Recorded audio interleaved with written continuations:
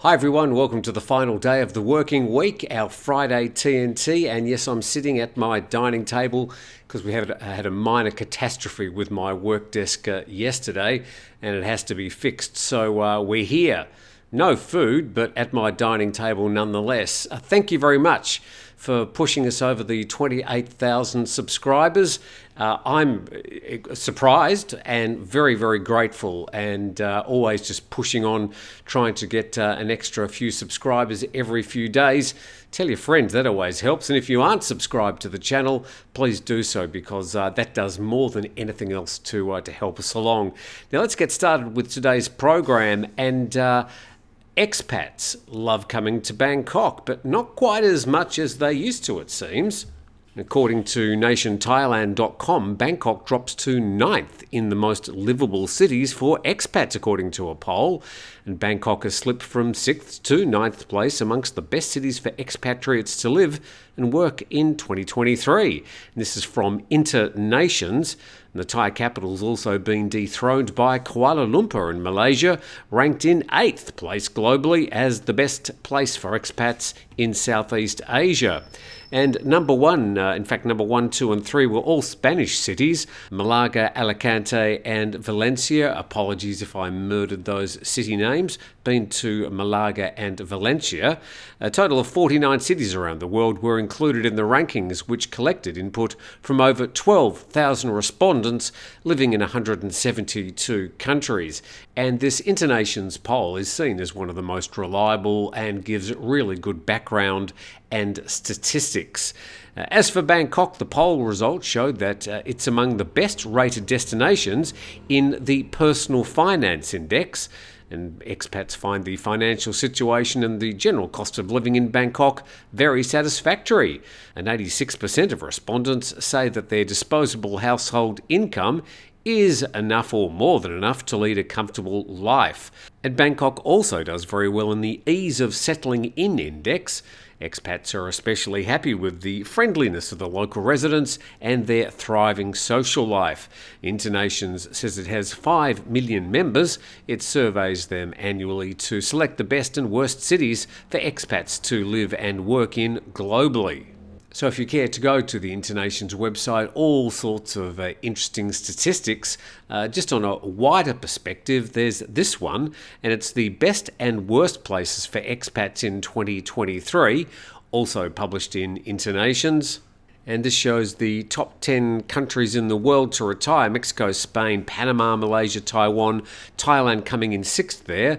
And then we've got Costa Rica, Philippines, Bahrain and Portugal. Interesting, if you go to the bottom 10 countries, and these are the ones that expats are least likely to go to or score poorly in the survey. And you've got Japan, New Zealand, Malta, Italy, South Africa, Germany, South Korea, Turkey, Norway and Kuwait. Could be a number of reasons. I imagine with places like Japan and New Zealand, it might just be the cost of living. Anyway, Internations is the website if you'd like to check on more details, or if you're doing research for moving with your family to work, or maybe to retire.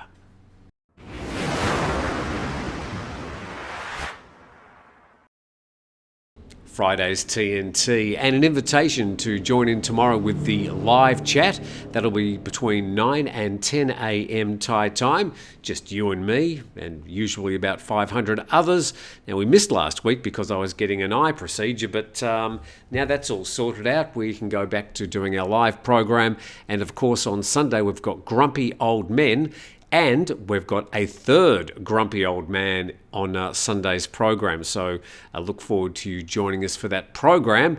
In the meantime, we talk about raids and various seizures from time to time, but some of the numbers in this story are staggering. We go to calsodenglish.com, and the DSI seizes 2 Phuket luxury penthouses linked to online gambling. And together, they're valued at over 2 billion baht. Okay, so they're pretty expensive villas, but you haven't seen anything yet. And following the arrest of Mr. Pakpun, or Didi, the Chief Financial Officer of online gambling network UFA on the 4th of November, investigations have revealed that the true owner of the company is Mr. Phuket, who's been living abroad for over a year. The DSI's applied for arrest warrants for Mr. Puchit and 12 others. They say they're involved in online gambling and money laundering, and they've uncovered 80 other accounts involved in money transfers. Get this, the back end of the system of the UFA online gambling network revealed a daily credit inflow of over 72 billion baht. And that's around about $2 billion US from international websites. That's a staggering amount of money going through some accounts, and probably equivalent to the GDP of a small country. Now, I was worried maybe they'd got the billion caught up with million, but no, I checked on other websites and it was reported the same as 72 billion baht each day going through those websites. And checking on BangkokPost.com, the DSI seizes resorts linked to UFA bet. And it says 2 villas on Nai Harn beach in Tambon, Rawai. I mean, that's right down the very, very south of the island. Reportedly belonged to a man called Pakpom, whose last name was withheld, who serves as an executive of Ufa Bet, an online gambling website known to be one of Thailand's 3 biggest gambling websites. And it says that the sites have been suspended due to illegal activities. Yeah, well, I typed it in and it seemed to be working perfectly well. I didn't make any bets or anything, but it all seemed to be up and running as far as I could see. And it says the 29-year-old oversees about 80 mule accounts used to receive money from gamblers. About 50 of the accounts are registered by migrant workers who were hired to open the accounts or sold existing ones. The remaining 30 mule accounts are under Thai names. Some accounts reportedly had over 1 billion baht in circulation. Well, clearly I'm just in the wrong business. There's just so much money circulating through those accounts and that website on a daily basis. And those stories reported by the Bangkok Post and KhaosodEnglish.com. Now, next week we've got one of the great festivals here in Thailand each year. It's the Loi Krathong Festival on Monday. And Thai PBS World reporting lighting up the night for Loi Krathong. And it takes us around the country with some various reports. What's Loi Krathong all about? Thailand is abuzz with excitement. Sounds like they've got the same writer that wrote the jet ski PR release yesterday. As the much anticipated Loi Krathong celebrations kick off with the delightful colours of the river, Loi Krathong Celebrations 2023 Festival. It's a grand expression of gratitude to Ganga. Yeah, I thought it said something different for a moment too. The water goddess for the vital role water plays in Thai culture. And it happens in the 12th month of the traditional Thai lunar calendar. This year it's falling on November the 27th, which is next Monday. And then the article goes through some of the main locations for Loi Krathong, of course Bangkok being one of the main ones. Then we've got Chiang Mai, which also features the sky lanterns, and then Ayutthaya, just north of Bangkok. Sukhothai, a very traditional location, and then we've got places like Tak and Samut Songkhram. And of course, no matter where you are in the country, they will be celebrating Loi Krathong at some nearby waterway. I'm just wondering here at Turtle Beach whether we're going to be going down to the shore and pushing our krathongs off the coastline, or whether we'll be doing it at some nearby waterway. I haven't checked yet, but I'll be launching a krathong, as I have done for the 12 years I've been staying here in Thailand, for Loi Krathong 2023. Hi, just a quick interruption, and happy to report there's only one boat left here this morning. All their other boats are out. 5-Star Marine taking people out on bespoke VIP charter tours off the island of Phuket. Now, if you'd like some more information, there's a link in the description below. You can even click on that website or type it into your Google machine. But thank you to my sponsors, 5-Star Marine. A lot of talk at the moment of what's happening with visa exemptions, extensions of visas, and also just the general number of tourists coming through the country at the moment. A lot of people coming up with their own theories in the comments section yesterday. And thanks for everybody who bothered to comment. This article does its own reflection, probably as much an editorial as it is a story, and it comes from PattayaMail.com, the article written by Barry Kenyon. And part of the article says European tourists, for example, currently stay an average of 18 days, and most of them presumably have commitments at home which preclude a longer vacation. I'm thinking with the extension from, say, 30 to 60 or 90 days, how many people actually have that sort of time to come for such an extended holiday? I would have thought most people would only come on an average of, say, 1 to 2 weeks. I know people from, say, India and China come for a lot less than that, usually only a 2 to 4 day stay. But how many people can actually stay more than 30 days? I would have thought it's a fairly small proportion. And the article goes on, moreover, longer stay tourists do not currently have to leave Thailand after the first 30 days, but can extend for a further month at a local Thai immigration after paying 1,900 baht. Make sure you take a passport-sized photo with you as well. Even after that, they can take a day trip to the border, usually Cambodian. Well, that's, of course, if you are in that part of the country around Pattaya. If you're in the south of the country, you may do a visa run down to the Malay border. I think you can even pop over from Ranong here, just a 30-minute boat ride over to Myanmar. That used to be a popular visa run, one that I'd used in the past anyway. Not sure if it's reopened yet. Again, help me out in the comments section.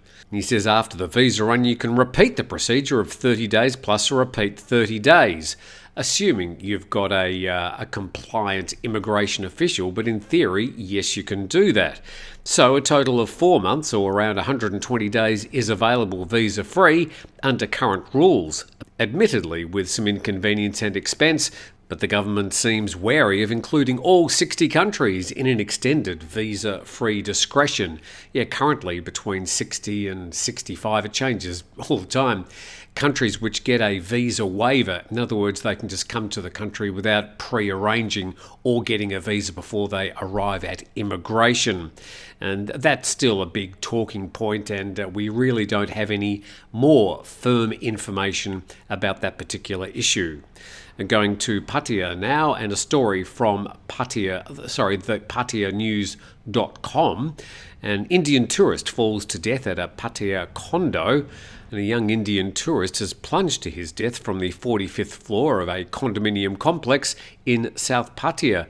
And the incident occurred at approximately 11 p.m. at a condominium whose name was withheld, located in Mu 12 in Nong Pru. Pattaya Police and emergency response teams rushed to the scene after receiving the report, and they found the body of a 25-year-old Indian man. It was found beside a swimming pool situated on the 6th floor. And the story says that he'd reportedly had a dispute over the phone with his partner in his home country, which prompted him to suddenly step out onto the balcony. And the friends recounted that they witnessed the victim standing on the balcony alone before he suddenly leapt to his death. Upon regaining their composure, they informed the condominium staff, who subsequently alerted the authorities.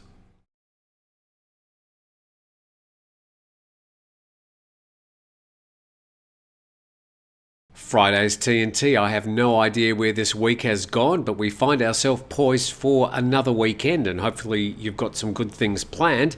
And we head to Pattaya again, and the PattayaNews.com. Pattaya authorities vowed to finish all road repairs by March 2024. And in response to mounting complaints from businesses and tourists, Pattaya city officials came out to announce that all major road surface repair projects, which have been scattered around the city, will be completed by March 2024. I think they just get this same article out every month, and they just put another month a bit further ahead as they just push these repairs forward. And officials say the repairs are necessary to improve the city's infrastructure. And some tourist officials admitted that the excavations and construction have disrupted traffic and created an unpleasant atmosphere for tourists, especially during the upcoming high season. And the Deputy Mayor says it's taking longer than expected due to the need to minimise disruptions to tourists. He said workers are not able to work on Saturdays and Sundays, and that working at night is also limited due to Pattaya's status as an always busy tourist destination. And only a few areas, such as parts of Jomtien Beach Road, may still be under construction after that time. That's going to be March 24 next year. And just a little bit of fun to finish today's program. It was reported yesterday, but I just didn't get time to report it. And it's, all about the K-pop band Blackpink. One of the members, of course, is Thai. That's Lalisa. And Nation Thailand reporting King Charles honours K-pop band Blackpink at Buckingham Palace. And there are the girls with His Majesty the King receiving their awards. Sort of fascinated as to what awards they would be receiving. Well, Britain's King Charles on Wednesday presented K-pop band Blackpink with an honorary member of the Order of the British Empire, that's an MBE, in the presence of the South Korean president. And the quartet, Jenny, Jisoo, Lisa and Rose, chatted, laughed and took photographs with the British monarch as he presented them with the award.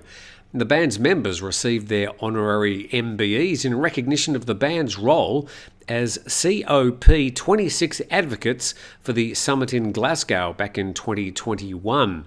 And since their debut in 2016, Blackpink's become one of the most successful girl groups in the world, breaking records, such as becoming the most subscribed to music artists on YouTube, amongst many other accolades. So congratulations, particularly to Lalisa from Thailand for receiving that honorary MBE from His Majesty King Charles.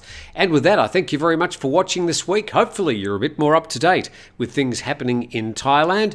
You don't have to do the work of trawling through all the websites. I'll do it for you and sort of cram it into 15 minutes. Please subscribe to the channel. Look forward to seeing you live tomorrow morning at 9 a.m. Otherwise, have a fantastic Friday.